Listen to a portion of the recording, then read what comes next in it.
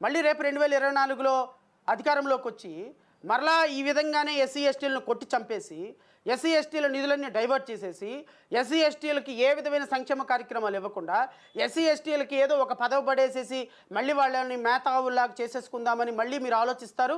ఆ విషయం నాకు తెలుసు. ఆ విషయం నాకు తెలుసు కాబట్టే ఎస్సీ ఎస్టీల మీద జరిగినటువంటి దాడుల మీద మీరు ఈ జాతికి ఫస్ట్ ఎక్స్ప్లెనేషన్ ఇవ్వాలి, క్షమాపణ చెప్పాలి. ఈ జరిగినటువంటి వాటికి ప్రజలకి వివరణ ఇచ్చిన తర్వాత 2024లో ఈ జాతి ప్రజలను ఓటు అడగాలి. మాలాంటి వాళ్ళం మేము అడుగుతామని మీకు ఒక అవగాహన ఉంది. సో అడుగుతాం కాబట్టి మీరు ఎక్స్ప్లెనేషన్ చెప్పను అంటే కుదరదు. ఖచ్చితంగా మీరు ఈ రాష్ట్ర ప్రజలకు ఎక్స్ప్లెనేషన్ చెప్పించేరాలి. 2014లో అనంతపురంలో సార్ 3 మర్డర్లు జరిగినాయి సార్ ఎస్సీ ఎస్టీలు. చిత్తూరులో 2 మర్డర్లు జరిగినాయి. కడపలో 4 మర్డర్లు జరిగినాయి. గుంటూరులో 4 మర్డర్లు జరిగినాయి. అర్బన్లో 1 మర్డర్ జరిగింది. నెల్లూరులో 4 మర్డర్లు జరిగినాయి. రాజమండ్రిలో 6 మర్డర్లు జరిగినాయి. సో ఓవరాల్గా 34 మర్డర్లు ఎస్సీ ఎస్టీలకు ఒక్క సంవత్సరంలో జరిగినాయి. ఒక్క సంవత్సరంలో 34 మర్డర్లు. తర్వాత ఓవరాల్గా సెక్సువల్ హెరాస్మెంట్స్ ఎస్సీ మహిళల మీద ఈ ప్రభుత్వంలో జరిగినటువంటి కొన్ని స్టాటిస్టిక్స్ తీసుకొని ప్రతిరోజు మేము మీడియాలో ప్రజలను చైతన్యం చేసాం.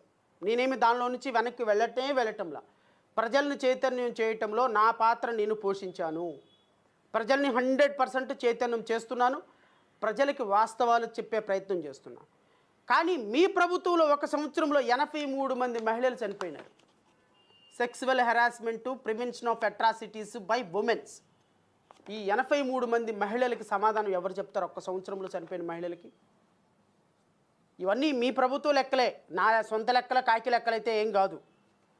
83 మంది ఈ రాష్ట్ర ప్రభుత్వం మీ హయాంలో 2014 సంవత్సరంలో మీరు అధికారం చేపట్టిన సంవత్సరంలో చనిపోతే దీనికి ఏం సమాధానం చెప్తారు సార్? మీరు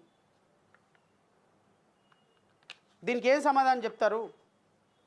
ఈ రాష్ట్రంలో నేను వన్ బై వన్ స్టాటిస్టికల్ రిపోర్ట్తో వస్తా.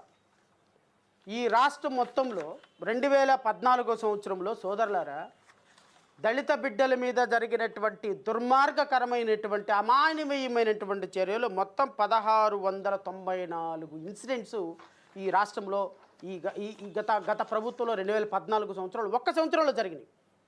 మర్డర్లు కానీ, రేపులు కానీ, అట్రాసిటీస్ యాక్టులు కానీ, వాళ్ళ పొలాల్లో నుంచి లాక్కోవటం కానీ, what ever it is, prevention of atrocities act కింద ఈ రాష్ట్ర ప్రభుత్వం అత్యంత హేయమైనటువంటి అట్రాసిటీస్ యాక్ట్ని 1694 అట్రాసిటీస్ యాక్టు ఈ రాష్ట్ర ప్రభుత్వం గత రాష్ట్ర ప్రభుత్వంలో తెలుగుదేశం ప్రభుత్వ హయాంలో గౌరవనీయులైన మాన్యశ్రీ ముఖ్యమంత్రి అప్పటి ముఖ్యమంత్రి చంద్రబాబు నాయుడు గారి హయాంలో వారి కుమారుడు మంత్రిగా ఉన్నటువంటి సమయంలో వారికి సపోర్ట్ చేసినటువంటి గౌరవనీయులైనటువంటి జనసేన అధినేత అయినటువంటి పవన్ కళ్యాణ్ గారి సమయంలో జరిగితే మీ ప్రభుత్వంలో ఉన్నటువంటి మంత్రులు ఈ రోజున రెచ్చిపోయి ఎస్సీ ఎస్టీల భవిష్యత్తు గురించి మాట్లాడేటువంటి దళితులు గుడ్డి గుర్రానికి పళ్ళు తోముతున్నారా? ఏం చేస్తున్నారయ్యా? దీనికి సమాధానం చెప్పండి.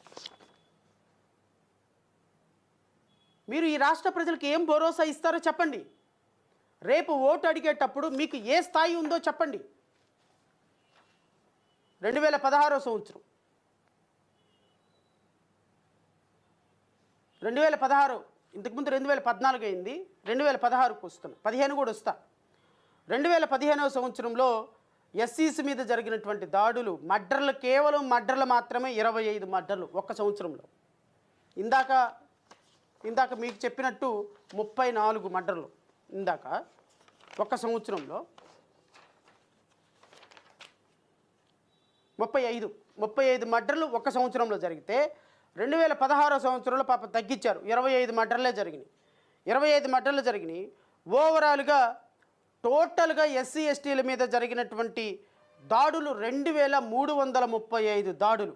అందులో ప్రొటెక్షన్ ఆఫ్ సివిల్ రైట్స్ 25, మర్డర్లు 25, రేపులు 90, and women with lenient to outrage her modesty 303. అంటే ఎస్సీ ఎస్టీ మహిళల మీద, ఎస్సీ ఎస్టీ ప్రజల మీద 2335 అమానవీయమైనటువంటి చర్యలు ఒక్క సంవత్సరంలో మీ ప్రభుత్వంలో రిజిస్టర్ అయినాయి. ఏది 2016 సంవత్సరంలో. దీనికి ఏం సమాధానం చెప్తారు సార్? ఎస్సీలు నా బీసీలు అని నిన్న గుండె బాదుకుంటున్నారే తిరువూరు సభలో. రాష్ట్ర ప్రజలకి, రాష్ట్రంలో ఉన్నటువంటి 1,50,00,000 మంది దళిత బిడ్డలకి ఇది అవసరం లేదా? మీ ప్రభుత్వంలోనూ వేల మంది దుర్మార్గంగా అమానవీయంగా చంపబడినారు, కొన్ని వేల మంది అట్రాసిటీస్కి లోనైనారు. ఈ ప్రభుత్వంలోనూ దుర్మార్గకరమైనటువంటి జరుగుతుంది. గత ప్రభుత్వంలోనూ ఎస్సీ ఎస్టీ సప్లా నిధులు డైవర్ట్ చేశారు, ఈ ప్రభుత్వంలోనూ ఎస్సీ ఎస్టీ సప్లా నిధులు డైవర్ట్ చేశారు. ప్రతి ప్రభుత్వంలోనూ జరుగుతుంటే అన్యాయం ఇంకా ఎక్కడికి వెళ్ళి తలదాచుకోవాలి సార్ ఎస్సీ ఎస్టీలు?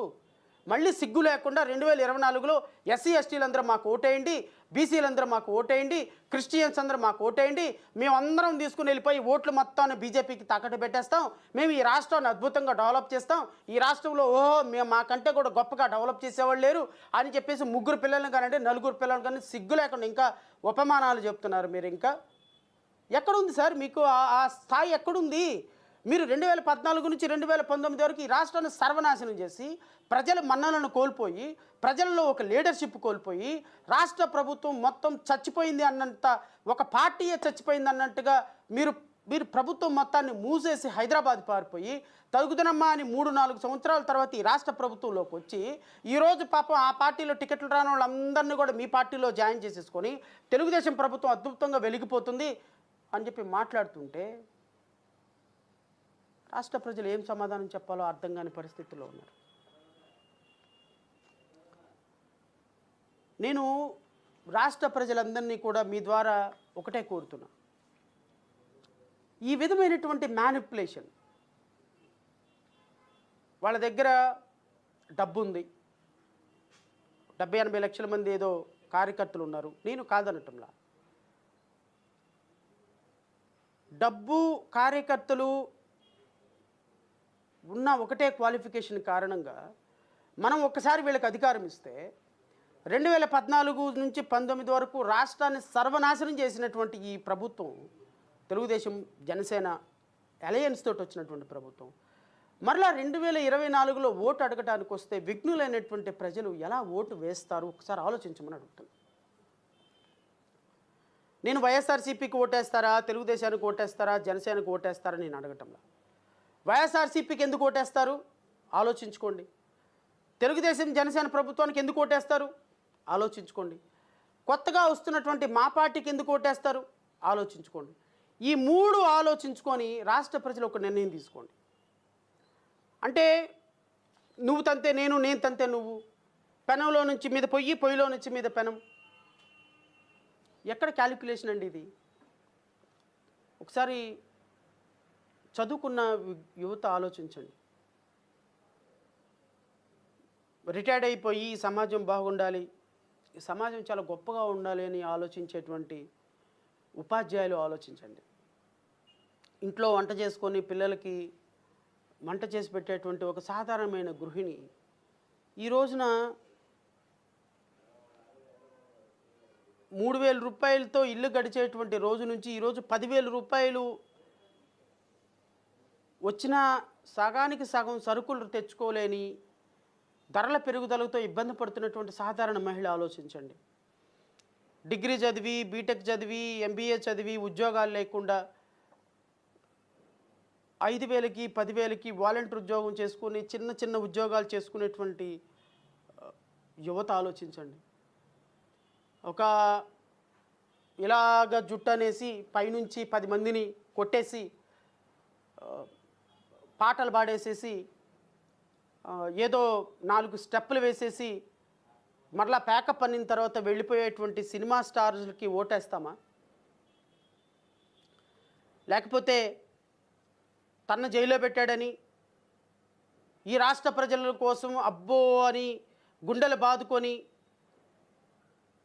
అక్రమంగా సంపాదించినటువంటి కోట్ల రూపాయల డబ్బును పెట్టుబడిగా పెట్టి పాదయాత్రలు చేసి ఆ పాదయాత్రలో వాకింగ్ చేసినట్టుగా బాడీని షేపింగ్ చేసుకొని ఒక మంత్రిగా ఈ రాష్ట్రాన్ని పరిపాలించి ఈ రోజున రాష్ట్ర ప్రజల సమస్యలు నేను తెలుసుకున్నాను అని మాట్లాడుతుంటే 5 సంవత్సరాల వాల్యుబుల్ సమయంలో మీరు రాష్ట్ర ప్రజల గురించి తెలుసుకున్నదేంటి అని ప్రశ్నించండి. అలాంటి వ్యక్తులకు మనం ఓటేద్దామా? నారా లోకేష్కి ఓటేయటానికి ఏంటి, వాట్ ఈజ్ హీ? ఒక మంత్రిగా ఉన్నప్పుడు ఆయన ఏం చేశాడు చెప్పమనండి ప్రజలకి. ఒక ముఖ్యమంత్రిగా ఉన్నప్పుడు తెలుగుదేశం అధినేత ఏం చేశాడో చెప్పమనండి ప్రజలకి. ఎస్సీ ఎస్టీలకు ఏం చేశాడో చెప్పమనండి, బీసీలకు ఏం చేశాడో చెప్పమనండి, మైనారిటీలకు ఏం చేశాడో చెప్పమనండి, రైతులకు ఏం చేశాడో చెప్పమనండి, మహిళలకు ఏం చేశాడో చెప్పమనండి, విద్యార్థులకు ఏం చేశాడో చెప్పమనండి, నిరుద్యోగులకు ఏం చేశాడో చెప్పమనండి, వ్యవసాయం కోల్పోయినటువంటి కౌలు రైతులకు ఏం చేశాడో చెప్పమనండి, మత్స్యకారులకు ఏం చేశాడో చెప్పమనండి, ఉపాధ్యాయులకు ఏం చేశాడో చెప్పమనండి, ఎంప్లాయీస్కి ఏం చేశాడో చెప్పమనండి. ఈ రాష్ట్రంలో పారిశ్రామిక అభివృద్ధి కోరుకునేటువంటి ఎంఎస్ఎంఈల small scale industries, medium scale industries వీళ్ళకి ఏం చేశాడో చెప్పమనండి. ఇవి ఏం చేశాడో ఒక ముఖ్యమంత్రిగా చెప్పకుండా, ఎస్సీ ఎస్టీలకు ఏం చేశాడో చెప్పకుండా, క్రిస్టియన్లకు ఏం చేశాడో చెప్పకుండా, మైనారిటీలకు ఏం చేశాడో చెప్పకుండా, బహుజన సోదరులకి బీసీ సోదరులకి ఏం చేశాడో చెప్పకుండా ఓటు అడిగే నైతిక అర్హత చంద్రబాబు నాయుడికి, తెలుగుదేశం పార్టీ నాయకులకు ఎక్కడుందో చెప్పమని అడుగుతున్నాను.